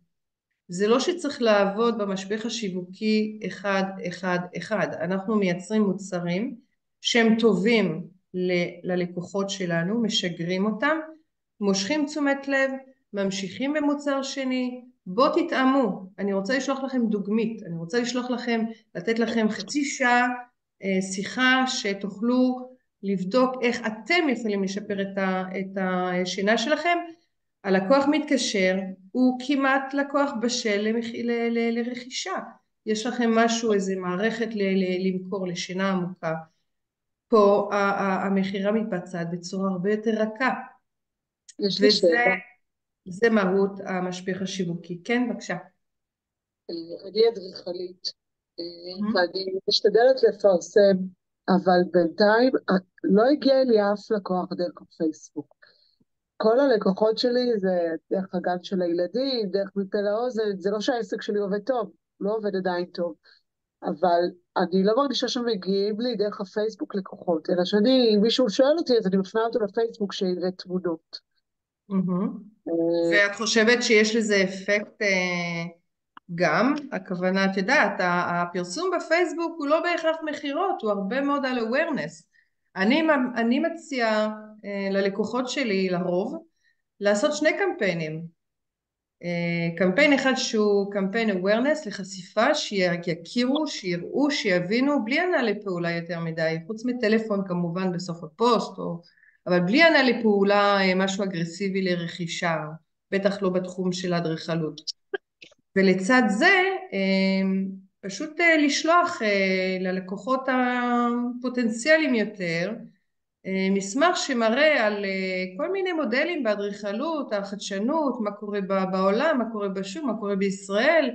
תראו איזה דברים מדהימים אפשר לעשות, דברים מהסוג הזה כדי למשוך את הלידים האלה. עכשיו, הרבה פעמים חושבים שהפרסום בפייסבוק הוא לא מביא באמת את הלקוחות, אבל הוא תיק עבודות, הוא יותר טוב מאתר, כי באתר שלכם אולי כניסה 2 בחודש. בפייסבוק אתם יכולים להגיע ל40,000 חשיפות בחודש, 50,000 חשיפות בחודש, ואם אנחנו נעשה קמפיין ממומן, זה יהיה ממש לאנשים שמתעניינים בתחום של הבנייה. עכשיו, מי שמתעניין בבנייה, לוקח לו שנה, שנתיים, 3 שנים לבנות, ויש לך זמן, במקרה שלך, ליצור קמפיין מעניין, שיכול למשוך אלייך לקוחות, שיתעניינו במוצר, בשירות שלך, בזמן שאת מציגה את הדברים החדשניים ביותר בתחום האדריכלות, או מוצרים חדשים שהם מצויים לבידוד, דברים שמידע שלקוח מאוד ישמח לקבל, לדוגמה. תודה. בשמחה. אז אחרי שדיברנו על המשפך השיווקי, כאשר יש לנו לפחות 2-3 שלבים של קרבה ויחסים ביני לבין הלקוח, אנחנו מגיעים בעצם, כשאנחנו בנינו את זה, אנחנו עוברים לשלב החמישי, שהוא לבנות את התוכן. אז אם אתם מבינים, זה באמת תהליך שנראה ארוך, אבל ברגע שאתם בונים אסטרטגיית שיווק, שעושים את זה נאמר פעם בשנה, אבל תמיד אנחנו רוצים לדייק ותמיד אנחנו רוצים לבדוק את הדברים. אפשר גם לבנות אסטרטגיית שיווק לקמפיין מסוים, אבל אני מדברת בכלל באופן כללי, לבנות אסטרטגיית שיווק לעסק זה א' ב' בניהול השיווק. אחר כך אנחנו בונים את התוכנית השיווק, מסלול לקוח משפך שיווקי, רק אז אנחנו מסוגלים להיכנס לתוכן, כי יש לנו מטרות, יעדים, אנחנו יודעים איזה מוצר אנחנו רוצים לקדם, מה השלב הבשלות של הלקוח שלי, האם הוא בשל מאוד, אז אני אשלח לו תוכן מאוד מסוים, אם הוא רק הכיר אותי כרגע, אני אשלח לו תוכן שונה. אי אפשר לשלוח תוכן אחיד לכולם. זה פשוט מתסכל את האנשים, אפס סובלנות במיוחד בימים האלה, והם פשוט יברחו, הם יגידו טוב, הוא לא מקשיב לי, הוא לא יודע בכלל מה אני מבקש, מה אני צריך, מה כואב לי כרגע. אז אנשים ממש עושים סלקציה מאוד דרסטית, במיוחד בימים האלה, וכדאי מאוד לדייק. עוד שאלה. תכף אני אתייחס לתוכן השיווקי באופן יותר ספציפי. כן, אני איתך. שקשורה לאסטרטגיה שיווקית, רק מבחינת המבנה. מה המבנה שאת ממליצה לבנות בתוך האסטרטגיה של השיווק? את המבנה, את הכותרות. כן, אז אני תכף אתן התייחסות לזה. מאוד חשוב לי לדבר איתכם על התוכן, אבל בעיקרון באסטרטגיית שיווק את צריכה פשוט לכתוב את החזון שלך, את הסטורי טלינג שלך, כמו שאמרנו זה כבר לא אודות, זה למה את בעסק הזה, לכתוב את זה בצורה שאנשים יתחברו לקונספט, לרעיון, למסע שעברת. אנחנו כולנו במסע, היום אנחנו משתמשים בשפה שונה, זה לא משנה באיזה עסק, אנחנו לא חייבים להיות בעסק טיפולי ורוחני. הערכים, להגדיר את הערכים שמאוד מאוד יבלטו גם בתוכן וגם במוצרים, וגם כמובן במקום בו את משווקת. זאת אומרת, את צריכה גם לבחור את הפלטפורמות שלך בהתאם לזה. ואנחנו, המטרות של העסק, מטרת העל של העסק גם נכנסת לאסטרטגיית שיווק, כאשר בתוכנית השיווק אנחנו נכנסים למטרות יותר פרטניות, שזה יכול להיות חודשי, רבעוני, שנתי. אז אסטרטגיית שיווק בעצם זה התכנון, כל מה שהמהות, הזהות של העסק כמובן, אנחנו בונים תעודת זהות לעסק מה שנקרא, זה הבסיס. הרבה פעמים הבעל העסק לא מבין באיזה עסק הוא נמצא, ואז הוא לא מבין את העסק שלו, הוא מבין שיש לו מוצר שהוא מדהים, אבל הוא מגיש את העסק שלו בצורה שגויה, ללא התייחסות לצד השני, שזה הלקוח. הלקוח הוא תמיד במרכז, ותמיד אנחנו צריכים להתייחס ללקוח עוד לפני שאנחנו מתייחסים למה שלנו נוח וטוב. יש מוצרים שלנו יראו פנטסטיים, אבל אין להם מקום בשוק. אז לכן ההקשבה כלפי הלקוח מאוד חשובה, כלפי הטרנדים מאוד חשוב לשמוע ולראות, וכל זה כמובן זה הבסיס לאסטרטגיה נכונה. לבדוק את הטרנדים, לבדוק את המתחרים. באופן עקרוני, מה שאני עושה באסטרטגיית שיווק, אני מרכזת את זה בשאלון אפיון, ששם כל השאלות האלה נמצאות ומקבלים את התשובות בעצם, הרבה יותר תשובות גם מה-ChatGPT, מבלי שנצטרך לחקור ולחפש מידע ברשת. אז ברשותכם אני רק אתן ככה כמה מילים על הקידום האורגני והממומן. אחרי שיש לנו תוכן ברשת אנחנו יכולים רק אז לקדם חייבים לקדם בעצם את התכנים שלנו. אם בהתחלה דפים עסקיים קיבלו מלא חשיפות כי זה בהתחלה, אז היום ללא קידום אורגני וממומן אז אנחנו יכולים להיות ב5 חשיפות בחודש, אף אחד לא יראה את הדף שלנו. הקידום האורגני יש לו את הכללים שלו, הקידום הממומן גם, זה לא המקום עכשיו להיכנס לזה, אבל זה משהו שכמובן נכנס לשיטה. היום בצל המלחמה אנחנו רוצים לעשות שינוי בסדרי עדיפויות של הקידום שלנו, רוצים יותר אורגני ופחות ממומן, גם כי יש פחות תקציבים, וגם כי היום ההקשבה של הלקוחות שלנו היא גם אנשים יותר זמינים לנו, ואם אנחנו נדבר את השפה שלהם אז יש יותר תגובות, אז אפשר היום לעסוק ביותר אורגני, אבל זה באמת כמובן פרק שלם.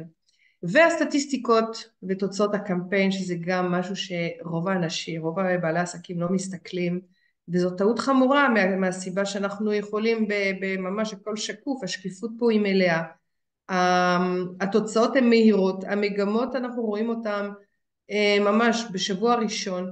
אני רואה קמפיינים שעל ההתחלה זה תופס תאוצה, אנחנו מגדילים את התקציבים, זה ממשיך לטפס למעלה, ואני רואה את הקמפיינים שמדשדשים, אז אנחנו עושים שינויים או מחליפים פשוט כל מיני, את יודעת אם זה עניין של מוצר חדירה שנשנה שם, או בכלל למשוך יותר תשומת לב, אז אנחנו נעשה סרטון הרבה יותר משמעותי.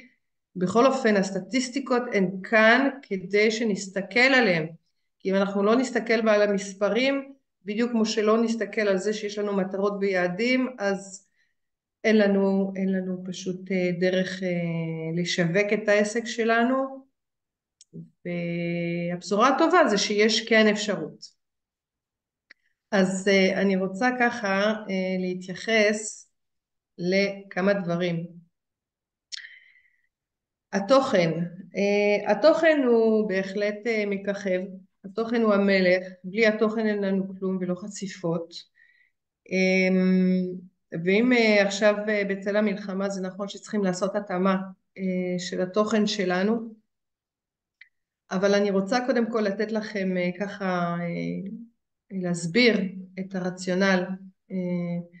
התוכן הוא מקור לחיבור, הזדהות והנעה לפעולה. אם אנחנו מבינים את זה ואנחנו במודעות על זה, כשאנחנו כותבים פוסט אנחנו צריכים לשאול את עצמנו, האם התוכן שיצרתי עכשיו הוא יגרום למישהו להרגיש משהו, להזדהות עם המצב שאני מתארת בפוסט שלי? האם ההנעה לפעולה היא מאוד, היא מושכת? האם זה היה מושך אותי? כלומר, לפני שמשגרים את הפוסט, אנחנו חייבים באמת לעשות טיפה חשיבה איך הלקוח עומד להגיב. כי אם אין תגובה, אז עוד פעם, אין קידום. ואם אין קידום, אז אין לידים. אז קודם כל בהיבט הזה. אחר כך אסטרטגיית הפול ולא הפוש. זה באמת כבר הרבה זמן, אבל אני עדיין רואה הנעה לפעולה בסימן קריאה, בואו, אבל עוד לא משכתם את התשומת לב של הלקוח, שאומר למה אני צריכה, למה אני צריכה להיות שם, למה דווקא זה, למה לא אצל מישהו אחר. אז גם שם החשיבה האסטרטגית של הפול, למשוך את הלקוח, זה למשוך אותו בשלבים, זה למשוך אותו שהוא ירגיש הכי חופשי ובטוח ולא מחויב לשום תהליך כרגע.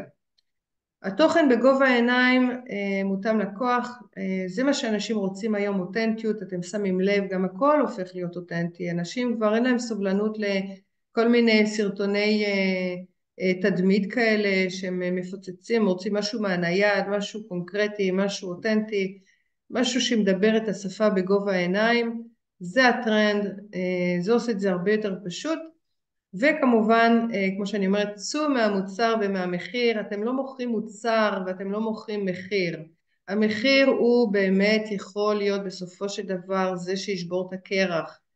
כי במיוחד היום שאין תקציבים וסדרי עדיפויות השתנו, אז כדאי באמת לתת תנאי אשראי טובים, במקום לתת הנחה תיתנו עוד ערך, עוד מוצר אחד שהפקתם, אם זה מחקר, אם זה, אני לא אומר מחקר, אם זה דוגמית של משהו, אם זה חבר מביא חבר, אם זה הנחה מסוימת, אם הוא עשה פעולה, אבל התוכן שלנו, אנחנו לא מדברים מוצר, אנחנו מדברים מה יוצא לך מזה כתוצאה מהמוצר שלי, וזה מאוד משמעותי, זה עושה שינוי. עוד פעם, הלקוחות לא באו ללמוד מקצוע, לא מעניין אותם באמת על הכלי הזה שאתם משתמשים בו כדי, אם אנחנו מדברים סתם בתחום הטיפולי, מה שהם רוצים לדעת זה מה יוצא להם מזה, איך הם ירגישו כתוצאה מהמוצר, ולא איך המוצר עצמו נראה והכל. אז לדבר יותר תועלתית, לדבר יותר כאבים של לקוחות, התנגדויות של לקוחות, זה מה שמביא את התגובות. וכמובן הצ'אט GPT, כמו שאמרנו, שמהפכת השיווק באמת כבר כאן, הצ'אט GPT שבעצם אם תשתמשו במערכת, אני אגיד לכם, זה יקרה כאן כמה דברים. א', אתם תבינו יותר טוב מה העסק שלכם, אתם תדעו לקבל גם השראה ורעיונות לבידול, תקבלו את זה, תוכלו לקבל גם השראה מטורפת לתכנים ולבנות תוכנית תוכן בהתאם, תוכלו לדייק את הלקוחות שלכם, תוכלו לקבל מידע סופר מקצועי, כי הצ'אט GPT בעצם הוא בא מהביג דאטה, מרכז שם את הנתונים מכל העולם, הפרומפטים בשפה המקצועית, שזה בעצם התשאול שלנו והבקשה שלנו לצ'אט GPT לקבל את המידע שאנחנו רוצים לקבל, זה בעצם הקסם, איך הפרומפטים נכתבו, וממי אנחנו מבקשים בעצם את העזרה. אנחנו נותנים לצ'אט GPT תפקיד, היום אתה בתפקיד של מנהל בכיר בשיווק, אתה מנהל חברות גדולות, ואז הוא יביא מידע מהחברות הגדולות, מכל מה שמנהל שיווק צריך לעשות, ומהצד השני שלנו, לפני שאנחנו מריצים את הפרומפטים האלה, אנחנו צריכים גם לתת מידע על העסק שלנו, אז צריך לפרט מה החזון שלנו, מה הערכים, מה הבידול שלנו, יש שם שאלות מנחות, וככה שאפשר לקצר באמת את הדרך ולבנות תכנים מאוד מגוונים ולהתאים אותם לעסק שלנו. זה הכוח של ה-Chat GPT. אז כמה מילים ממש על מסלול ליד ומשפך שיווקי. בעצם השאלה הראשונה שלי תהיה כמה כסף נשאר מתחבא עמוק במגירה. רגע, סליחה, את עוברת כבר, יש פה המון אינפורמציה. הצ'אט, איך נכנסים אליו, איך מגיעים אליו, איפה לומדים את זה, איך... לי יש את רובי, את מכירה את הרובי? אני עובדת אותו עם דבר? OpenAI, שזה של ChatGPT בגרסה מתקדמת. יכול להיות שיש מערכות אחרות, אני הצלחתי לתרגם את הכל בעברית, יכול להיות שיש עוד כמה כאלה, יש כמה תוכנות, כן, מה שאני משתמשת בו זה בעברית, זאת אומרת מה שאני פיתחתי. אני אשמח לתת ככה אחר כך בהמשך מידע על הכלי הזה, אוקיי. דרך ליאורה, בסדר? וככה שנוכל, בעצם יש לנו רק 5 דקות, אז אני אעשה את זה כמה שיותר מהר. אני רוצה להגיד לך תודה רבה, את מדהימה ואת סופר מקצועית, ואני ממש ממש לומדת מכל מילה שאת מדברת. ליאורה גם תודה רבה, ממש כאילו מפגש סופר מקצועי, תודה רבה. תודה לך, שיהיה בהצלחה. תודה. תודה רבה, קרול, תודה רבה לכל מי שעלתה. אנחנו לא סיימנו אבל, כן? אנחנו לא סיימנו. כן, מה קרה שאתם נפרדים? לא, חשבתי שהיא יוצאת, היא צריכה לצאת. אוקיי, טוב. אז קודם כל בוא נראה מה זה אומר, כמה כסף מתחבא לנו עמוק במגירה. זה חטא מאוד מאוד גדול של רוב בעלי עסקים, במיוחד שאנחנו one man show ואין לנו זמן ואין לנו אוטומציות, אין לנו מערכת CRM לצורך העניין כדי לנהל את הלידים שלנו. אז אנחנו מקבלים ליד, עושים שיחת מחירה, הלקוח אמר לא, כנראה שעוד לא העברנו אותו תהליך וקרה שם משהו בתהליך שלא התבשל מספיק טוב. זאת הסיבה היחידה, זאת האחריות שלנו, כמו שאמרנו, אנחנו אחראים על התוצאות, אבל הדבר הגדול שקורה כאן זה שבעצם אין גם המשכיות, וזאת הטעות הכי גדולה. זאת אומרת, הגיע ליד, לא יכול להיות שהליד הזה נעלם. אני חייבת לבוא ולתחזק את הליד, לתת לו ערך, עד שהוא יחזור אליי. כמובן שאנחנו לא עושים את זה שנים על גבי שנים, אבל יש לנו כלים כמו מערכת דיוור למשל, שאנחנו יכולים להפיץ סדרת דיוורים, סדרת מסרים, דיוור חודשי, להכניס את הלקוח שהגיע לתוך קבוצה בפייסבוק או קבוצת וואטסאפ, להמשיך לתת ערך, וכמובן על ידי ערך אנחנו מגייסים יותר לידים, ובעיקר אנחנו גם מוכרים יותר בסוף התהליך. הלקוח הוא במסע, אין פה משהו שקורה בין רגע ראה רכש, זה יכול לקרות, אבל מאוד פרטני. מה שאנחנו צריכים לבנות פה זה מסע ליד. מסע ליד שאומר ככה, יש את שלב המשיכה, אני מושכת את הלקוח אליי על ידי מוצר שהוא לרוב חינמי או מאוד משתלם.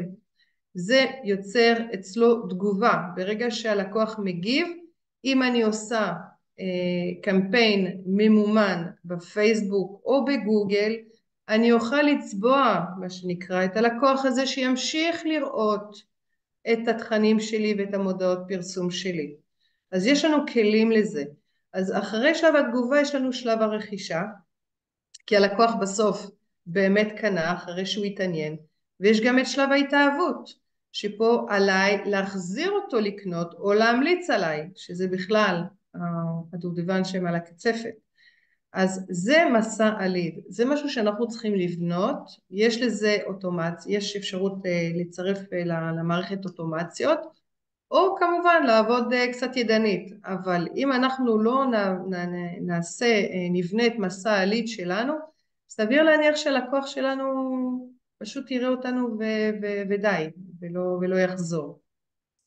כדי שזה יקרה, יש גם את העניין של המוצרים, באמת בקצרה ככה, המוצרים בעצם, וגם חוויית לקוח, כן, המוצר הוא גם חלק מהחוויית לקוח, איך אנחנו יכולים לגרום ללקוח בעצם לקנות יותר, אוקיי? ולא להיות משהו כמו ליד הגיע באופן חד פעמי, למוצר חד פעמי ונשכח, לא.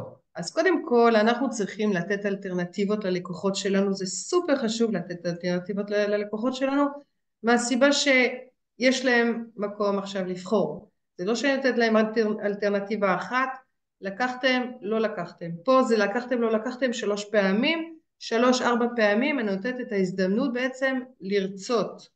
כדי שירצה את המוצר שלי, אז אני מביאה את האלטרנטיבות, זה יכול לבוא בחבילות של Basic, Advanced, Premium, כולם מכירים את זה היום, זה מאוד נפוץ, לרוב אנשים קונים את האמצעי, אבל אלה שמסתקרנים או אלה שהם חשדנים, אז הם ילכו יותר על הבייסיק, אנשים לא רוצים להתחייב כל כך מהר.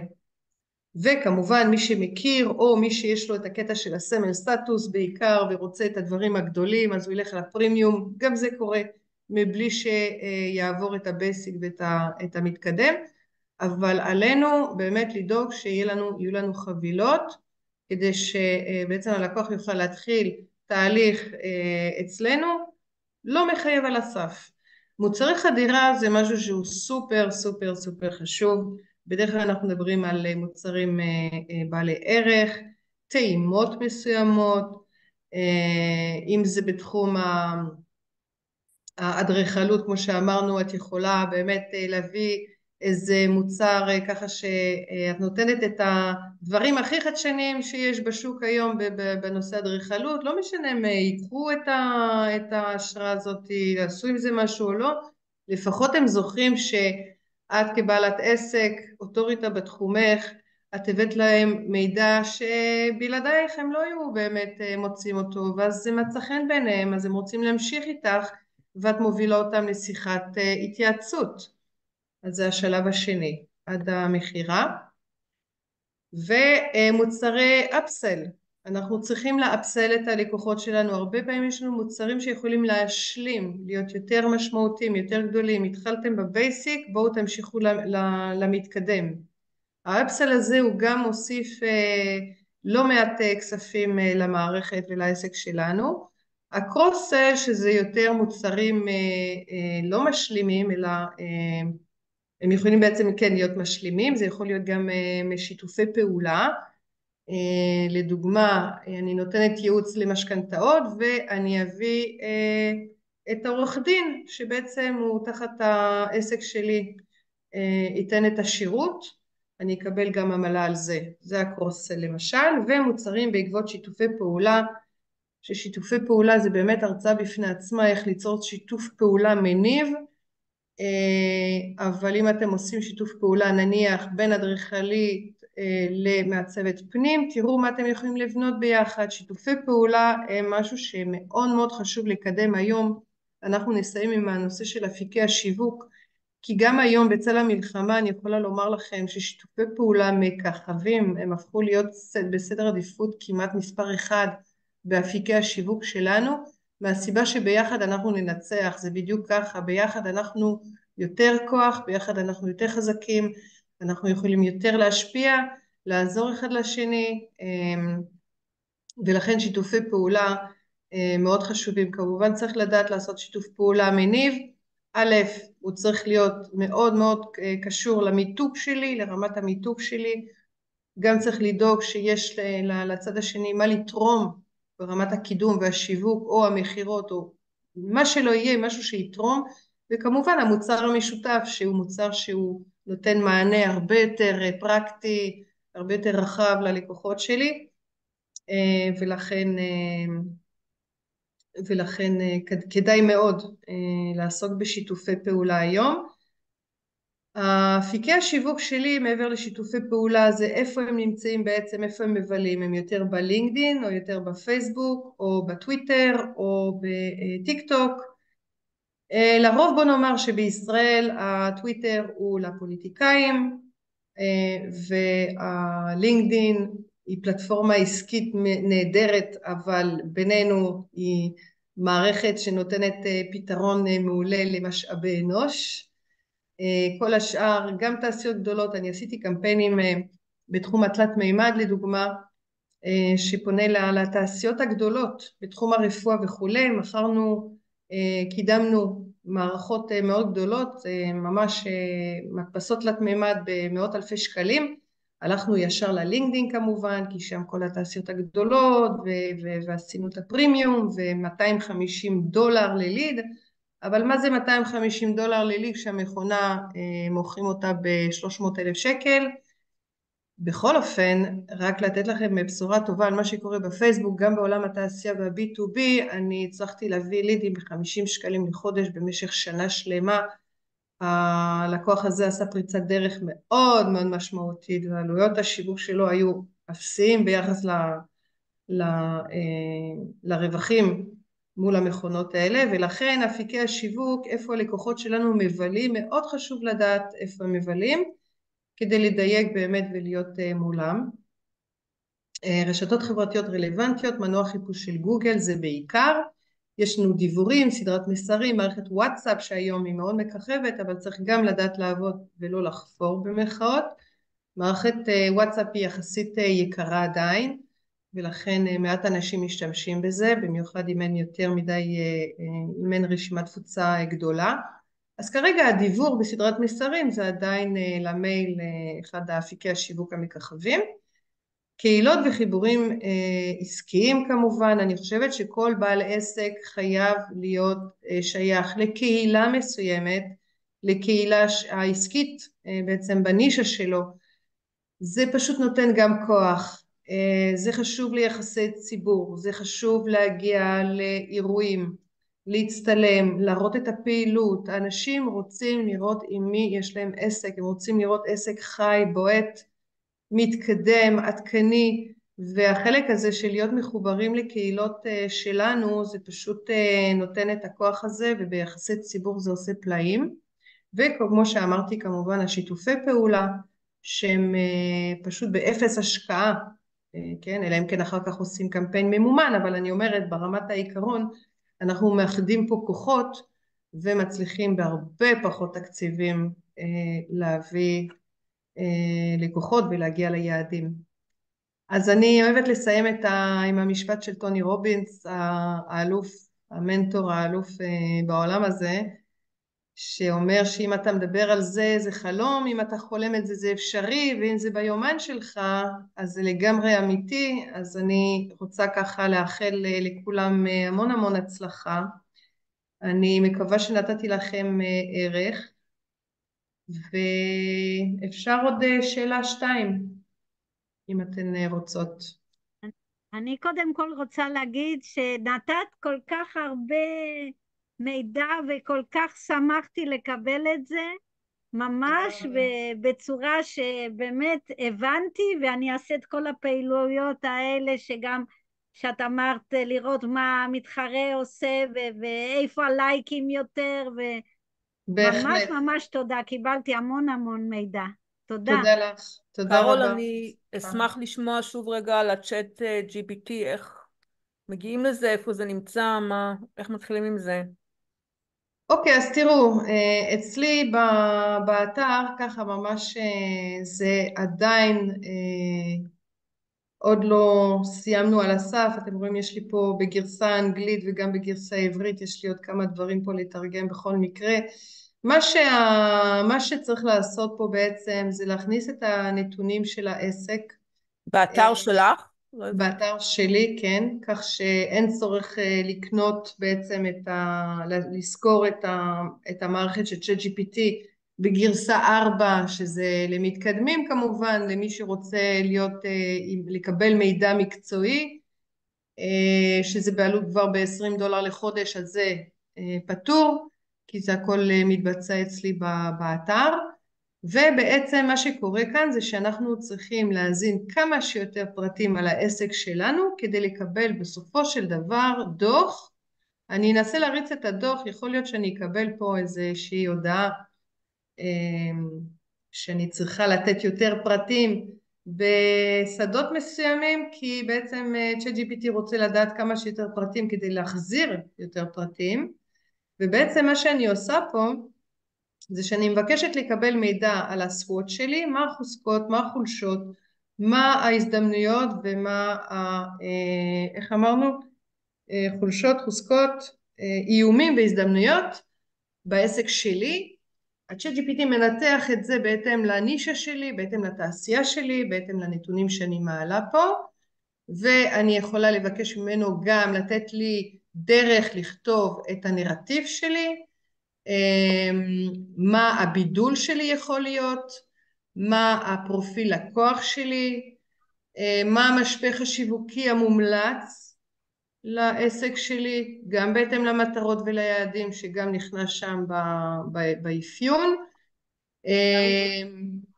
זה גם בעברית?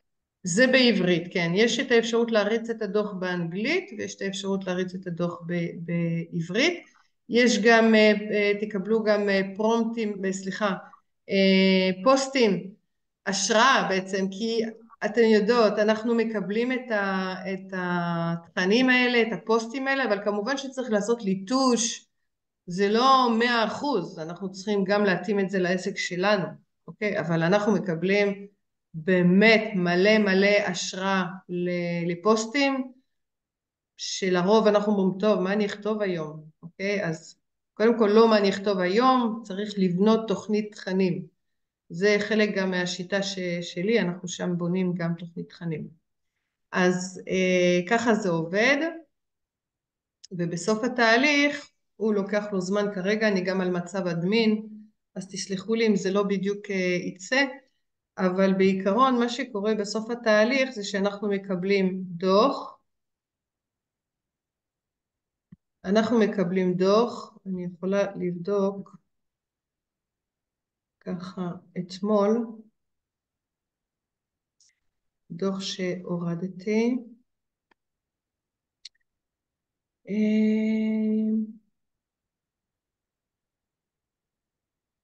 איפה זה היה? לא. טוב, אני אחפש את זה, אבל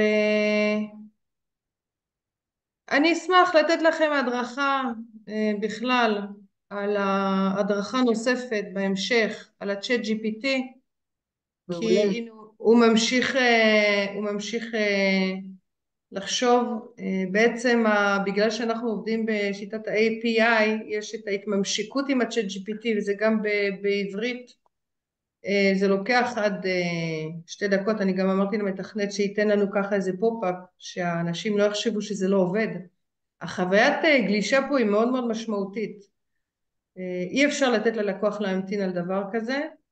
אני חייבת להראות שזה בתהליך, עוד דקה זה התהליך מסתיים וכולי וכולי, זה גם חלק מחוויית לקוח, סבלנות והדברים עובדים.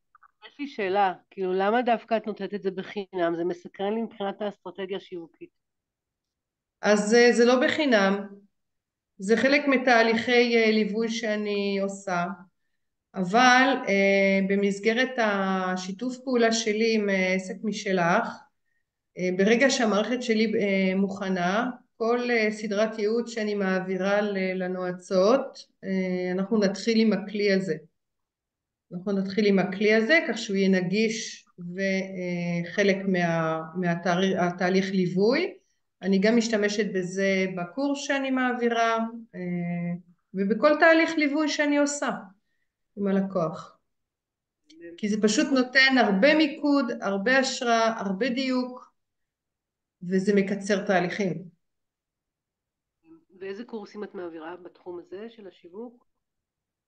אז הקורס שאני מעבירה הוא קורס על השיטה, שבעצם אנחנו עושים, רגע אני אעביר את זה חזרה, יש לנו את הקורס Walk the Talk, שבעצם מספר ומלמד על כל אחד מהשלבים, שבעצם מי שלומד בקורס הוא יוצא גם עם אסטרטגיית שיווק וגם עם תוכנית שיווק, גם עם מסלול לקוח, משבר שיווקי, גן תכנים,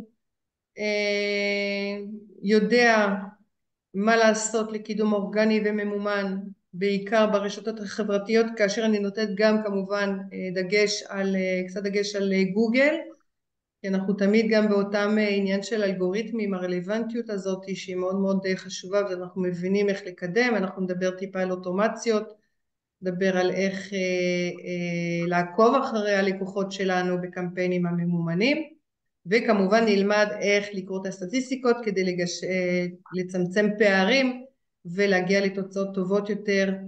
כל פעם עוד קצת, עוד פעם, אנחנו לא מטפסים כרגע על האברסט, אנחנו בתהליך, אנחנו בעצמנו במסע לבנות את כל המערך השיווקי שלנו, כדי שיבנה לנו בעצם סיסטמה, שנדע בבוקר, קודם כל שהכל יהיה מאורגן, יהיה מתוכנן, עם הגדרות, עם מטרות, עם יעדים, לדעת מי הלקוחות שלנו, זה סופר חשוב, לדעת איזה מוצרים שיווקיים לבנות כדי להעביר אותו משלב א' וב' כדי תהליך בשלות לרכישה, וכמובן התוכן, איך ליצור תוכן מושך, מה הכללים של התוכן השיווקי, משתמשים הרבה בצ'אט GPT שם, והקידום האורגני ממומן כמו שאמרתי. אז זה התהליך, זה 7 מפגשים, זה 7 שבועות, כל שבוע זה 3 שעות, פלוס שעה אחת בזום לשאלות תשובות באמצע השבוע, כי אני חושבת שיש גם כמובן מקום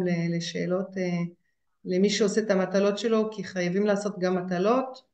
מקבלים את הכל בעצם, מקבלים את הדפי העבודה ואת כל מה שצריך כדי לעשות את העבודה, ויש לכם שבוע שלם בעצם למלא להשלים את המטלות כדי שנוכל להמשיך לשלב הבא. את מלמדת גם שיווק ממומן? כן. פרסום ממומן? כן, כן, בטח, זה חלק מהתהליך. קודם כל, אני ממש מלמדת... לעשות שיווק ממומן? כן, כאילו זה ברשתות קורס בפני החברתיות. עצמו, הדבר הזה. תראי, אוקיי. אני לא, אנחנו נקים קמפיין, אני מציגה את כל המטרות, איך לבנות קמפיין, איך קודם כל מתחילים עם המטרה של הקמפיין, אני מציגה את כל המטרות, אנחנו עובדים באמת אונליין עם מה שקורה עכשיו בפייסבוק, אינסטגרם ובגוגל, איך אנחנו יוצרים קהלים, איך אנחנו עושים רימרקטינג, שזה לצבוע את הלקוחות שכבר היו אצלנו באתר או שעוקבים אחרי פוסט מסוים, שזה ריטרגטינג. אני מסבירה על כל העניין הזה, אני גם מקליטה את הקורס כך שהקורס יכול להישאר פתוח לזמן מה. זה בזום או פרונטלי? כן, בזום. אוקיי. בזום, כן, כן, הרבה יותר נוח, לאנשים אין מה זמן. העלות של הקורס הזה? אז לגבי זה זה משהו שיסגר מול ליאורה, וכמובן אז ליאורה, תדאגי לנו. אז ליאורה, תרשמי אותי. אז יש לנו כבר תדאגי לנו, פרק ליאורה. ראשונה, אנחנו באמת בתהליך של חשיבה משותפת איך להוציא לפועל את התוכנית שעליה קרול דיברה. אז תודה אוקיי. רבה. תודה זהו, רבה. תודה רבה ליאורה, היה ממש מעניין, ואפילו הצלחתי להישאר עד הסוף. בוא נעשה איזה תמונה ככה. את יכולה לשלוח את הלינק לאתר שלך? ברגע שהכל יהיה מוכן, כן, ברגע שהכל יהיה מוכן, אני בתהליך מתחילת המלחמה. כן, איריס? אני אוכל להתקשר אלייך לאיזה ייעוץ קצר, משהו לשאול אותך? בטח, בהחלט, כן. אוקיי, טוב, תודה. אז תודה רבה לכן. תודה רבה. שיהיה המון בהצלחה. תודה רבה ליאורה. תודה רבה, תודה רבה. אנחנו תודה נשתמע. רבה קרול, ואנחנו נראה איך אנחנו מתקדמות. בסדר גמור.